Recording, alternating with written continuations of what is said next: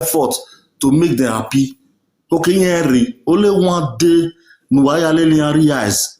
Yeah, I dare you every week. Now, all the now is a session person or yeah, working. You understand? Because you people are working hard to make them happy. And while as a Nigerian, we're going just while I don't look benya, Agbubi or Agbepa Agbeyao. No respect, nothing. So nwala ho nwabe mo union wala diawana and number 2 nwa daji say ma make na usually musician webo na usually musician webo ma me no say na kema mo na kina jam musician re winwa na re ma nwa love egbuwa nwa take buwa you say wala ho there is nothing like one love mata forget the countries nwona a train where flight magam wegbe mi ya waya agele kukugbe wa pana mi no e we have any ticket no say ya tore how we when egbe then no ma ya ke Nigeria radio take over on granted that the thing touched me yesterday really I felt bad of it ya okay you know no bana na what we time we no I don't just understand the way they me ma for ni am wa for it's just I don't just know how to put it. Now you need to tell about my so or need to go so go any. You understand? So you just come to beg my brothers and sisters. Ni raspo my agbare mo my Italy me kere gware. My agbare Italy man o ikpe gi ono ikpe ma bane. Iwe mu waya. Igna yi ko wa de me failure wa ga daji we na o je me la koni. So wala hon wa ma kugbe ni. And I'm ready made to tell you where wa kada wa domo. No man around na we die. Remember? I don't know. That's a baby no ga. Ito wa no gbala baba yo ni o mo no ta we rumaru me o ni o. Wa te ni e la dan wa na imu ele na yi. We me video imam yo me we me na send e gima vedere me na ma send gima we no muere ni ma make na fire iya mo iya. Bro wa me mi sa ya he ni ama be di gima ma ni. Ni ma me no de ma we la dia. Master Baba no ta ori ni ke ma kame no wata we mi sha ni re we bo wan ro mi adia. Eri atana o e ma bu me ro mi mi sha no kwa be do yan ati e bo ne e ma so ati yan ni wan. Baba la du wa me o no ta wa ti ni la dia wa imu ele wa la. Oni opa wa ho a na ya ma be ta be ne Nigeria ne so musician ma we e ta imoti ya re ni re we bo eti do e. Na we ta imoti ya so na then they talk. Now you understand? So how many one fit beat? So me we just let me them. So far, I can't back hands one. Here we dey gbe me go na okay we bore. So not be today. No na leave the first. Oh, wetin dem dey. Wa keke ni mate wa no time ba ya have ni me. Oh, jaya kan ya na ni ya. We ya ke go no rewe bo. Imi ama mi ya ma pe de le na me jiku ni me ye fini ya. If you no invite me quick pabare. Except the musician okay we boro ga pe ya se ba fini we just diaspora. Understands? I didn't want that. I didn't want that. Listen to me. When my God damn a musician, I could be an agua. Where do I see Ian the rebel? No, you the hear for a Martin. I don't tell him any. I could do I know what they had for inside. You don't tell what domo? Yeah, go back. Ogeri memi e woge pako beni pako be gwe manire be e ni rovio e ni rovie vie ke ni tawe ofigo gbe oga yewe no we mi egbe gwo e pako be magwe manire we boya gwan e mani rovio e vie ke ni fiunu ni mo eniria o fi o swin wanigi exactly. I mata de hera na ime kutoka mai no hawo wadomo ni mwae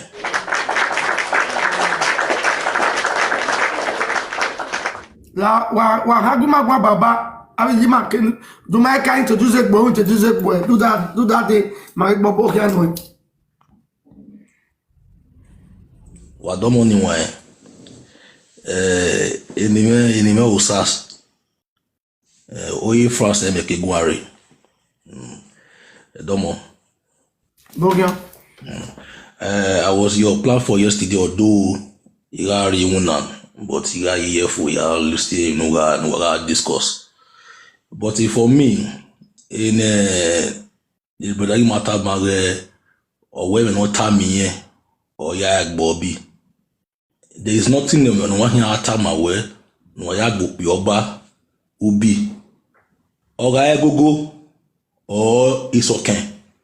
Or it's starting or tell me any my way to the form. I want to get Bobby. I want to get Bobby. No, not get good, not get a good, not get a good river,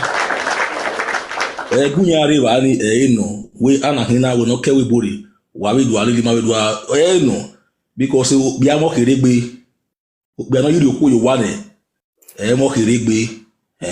Ebu age na no but ma me no say ma ari o ne oni o si e kirimaye na ibi ma no ro wa me o no he agunya agwan o ta me we da de wo me that he ata me oni emi ma do get so man Africa o wan we o form igbe o ma gbo o ma ka gbo obi una gbagbo na gbo obi. So there is nothing here I discuss it, but for me blame me what is our time and irrevocable. It show not too much igbe ne. Update, Dublin be ready, London be ready, Nini be all too much igbene. Bonia Imuri, or you see most of the women you could or Donia kwa you worry. Where was the UK na UK you want dowa, most of them were you. Here you want dowa would dabble wound down in Rena. Here you may bow down in it's a woman, may lady Fred no say her, it's so many. So we ain't wow, you see young Ikunya you want 1.5 in then but we need 2.5. So it's our time. Man, you remember where I get you veterinary that day. You wouldn't hear me cool. He couldn't hear you do for like 10 times in a year. You know me warning. I beg when you are 10 million. I want to you bone on you key. Neither you the auto. I want me to go. I will bury her. When the boy is I'm what you talk. I'm going to munya command the Magale munya. Eta video lao. Baba no baba ide manire dia magale munya. Malu get simena. Ni me heya ri 2.5 ya mo aron ba. Igwaro oyo kan wa de. Ni ho ni agbaro ira iya mo. For me. Mi sha eni epo pe ni. Won ya like e. No be like wa we raw. When ni me ye eno ni nakaba be. Oyo have it no boy you that respect ni we ipa akaba or river wa no do we want to be can here play guitar we I mean no be say so is all those guy just omoroge egwasa is coming out to come and be defending where who name price oh my own I say ebe ye na ga say ni yi di uto owo tell me imego na ya muku aga di iwo ni iveni mu igbiyan woni ani yo to bi asade gbe hen ajiko ai bere and anybody here ga be re here na re ade 2 days here stay o wa imana wa mi yago owo egiro wa mi yago here re we ohono otun re ohono 2 days no mi ga me pa so that so what on the value on the value and the help na unia ni na re ni eso wo muja you for 3 days wa le u le ba we ne u lo wuta ne u we la jin ara che KSC or maduna wa we ya dem ni ya eso a ba we de mo bi ni ya so o skin igbe na mu yan o si e na ti gbegbo enu bi o so na gbo bi omo no gbo bi won to gbo ogun a ono si keme no magba lawa magba ko to lawa you want to boy maybe going one day you want to boy ogun a la to boy go me a ibeti tinye no we ade sin o we ma in dey busy so no ogun a e also na gbo bi o tell me time ma we yes we ayati wa bo so be run we because am I from the other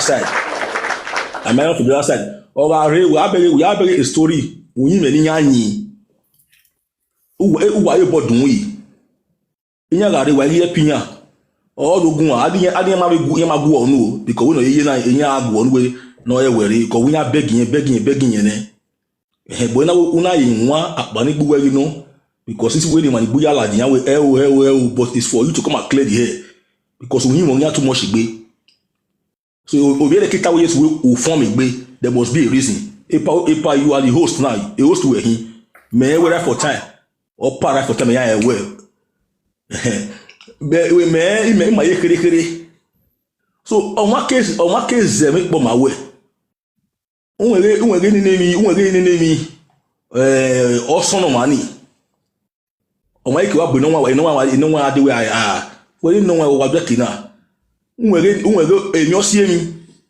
So all ring odogun a me we tinye no e woni gwe kata ba itie yo wonye de busy. All odogun a ado ti ma bare Matthew abi Raymond. Oye Raymond ogun eba. Raymond ogun eba. So Raymond we nya be tie so imani wa ni isinya ye guy bege we ke bege we no make na dunu yi. But it come na una dunu yi is left for you. But me anybody no wa die Europe na. Why you ladian why you turn up? I say ne when you aku wa. When you aku wa. We no 15 years or stage. Now we are waiting for 10. Because I make you away because my money reliable my feel go kwa but my tell you because no human make na return. This your money dey very only but it's art and on we bo megbe. No we bo megbe no we bo ni eti won. Iwun ya mala pe YouTube. Na ni me like wo imo YouTube akpe me yi ladian. Ati we ladian we ya feel ni ya me wo me we China me yi ladian. It's not bubi ni we ni bubi. I don't hear we show laugh no hear we show. Maybe time no ti me we adu awe life stage mana e we bu mana awe why you ko wa pa yawo ajiri ebe no why you ko wa pa yawo so wa ga na ave union but na ave union why ti we mana e ma be turn up in we e ma ni re France ti ya de ni re you ko I don't to the world union wa no we are one family man the platform do adeba o drop number admin here the way me right we but wa be won gbe elogu we hello wa se una true ba won gbe elogu we ugbe ni we bae sorry ugbe ni we bae okay me ya ka we yes we the union emission EU okay ni amen as in their union always meeting union so you know no we like for stage but no we jemio we be ya oh you turn up in here when I see not ni ya wo here this here if you marry garden as a person so when you are working here that is for me when you are working here na power type toto la ma want to have man the mood I want man na power type toto because my the video na game because the matter is very important. I don't want why. I don't know. The banana man ni abere. Ni abere. Arima wa gwan ya, oti ma be gwan ni, obi ye ka boss ke, oti mani ne mi sunu da. Because ma sa mama ye de tin agele gbe, ye be do zoni ni ye ko oti mani be zoni ni ma be on e. This aviji ma we na wa conclude we wa we e mata no. Wa we gwan before ke gba oti mani ya na iko e na ti akwo e amana riyo, ati oti mani redo a ni we e mata na. Oni ma ga e wa ni ofone because you did have no the other you may ne dog binayi I do to the world ye tima ya ni bisi e ya fi wo bopa e tima na did have we marry no sunu master magai ko ebe na pa ko e o tima no redo me we no wa gun ogun e matari oni ofoni no tima ni geleta e mataro de mata ye la janse nunu I did have been on the abbey. I will Maggie still admit the show. I can say, I because you're doing any water or back my yapping.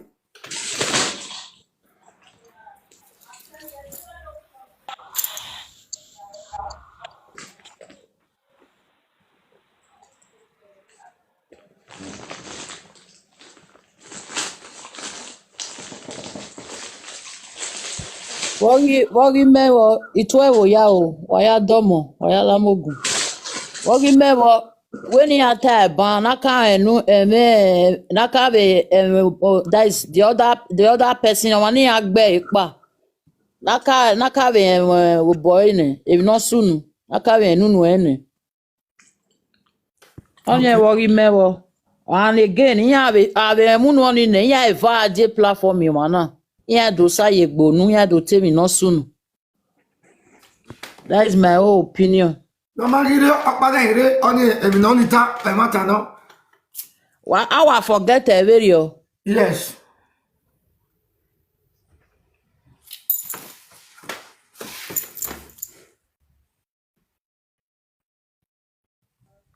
Enimi atavo.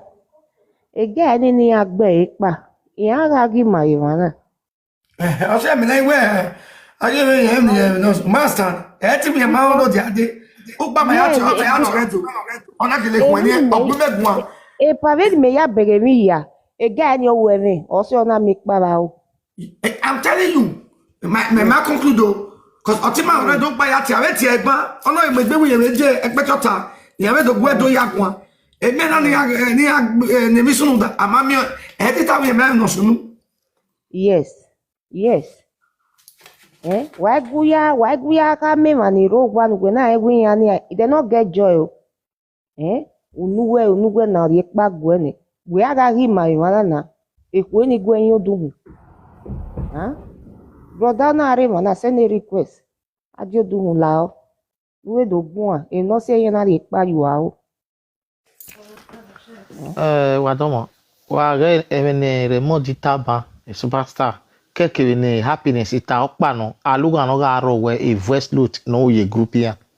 Oni pa aluga no ro. You ya gun aba. Eri a happiness wa be ataze. So aluga maro apart from that voice note no ugi anywhere aduin go feel.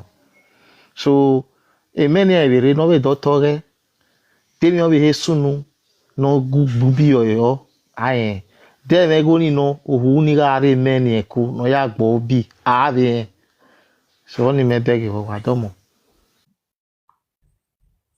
We fika. Sorry we there. Na lie ni we. Because if that's so will be, if that's so we pa, then no ye receive you. Your manager ni do ten ye receive you. If that's so will be, if that's so we pa. Iyo e boss wa be suwe ilawo where you get it lao. Iyo. Because me when you understand, if that's so will be, if that's so we pa. Ni ye receive you ugu ya eva ya ta uye ma bege na no sunu kedere ade. Ani ya Ye ma na ni ilati ya bona. Iya ni rogwa obi ya gele gbegbe we asu ya bo. O wa no nwe bi ya ti ruti we dede gbe we ne oni vela rere ne egbe we ya ugboloko we ya iguo we ya we me. Eni awa kan pa awa le ni pari ya. Ya ni le Nigeria obi a we gbere ya. Iyo iya ni. We mami ya sai. Ya ni ye go back you we breakfast. Okay ya go when orien. No go make am. Iyo. La lo boa. Wo ni maye na egbe maye buke ba mo ri o pa yo. Egbe wo me. When which agwo gboloko na gwo ge ya ne. Why ya ni ye go back ya wait wo we the Nigeria why ya guku. Egbe wa wo re. Egbe wa wo re. Iyo ni committee. Na yo do kan pa yo wa o. Ti ta lo. La wa o. E mode wo di boya.